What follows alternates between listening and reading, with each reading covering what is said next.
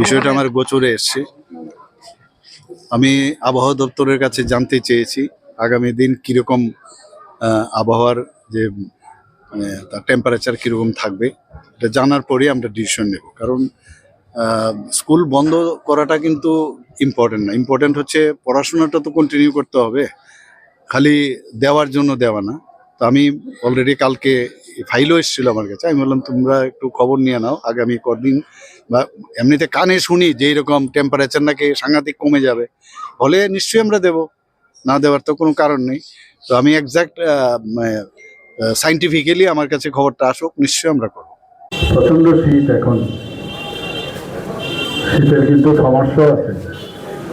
আমি একটু আগে পড়ছিলাম যে অনেকে আমাকে জিজ্ঞেস করছিল যে টেম্পারেচার কত। আমি টেম্পারেচারটা দেখছি যে আগামী দিন কবে, অনেকে স্কুল ছুটির কথা বলছেন, দেওয়া যায় কি না।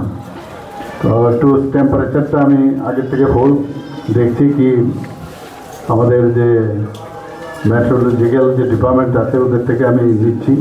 নেওয়ার পরে হয়তো আমরা ছোটো ছোটো ছেলে মেয়েদের জন্য যাতে তাদের অসুবিধা না হয় তার জন্য নিশ্চয়ই আমরা চিন্তা ভাবনা করবো।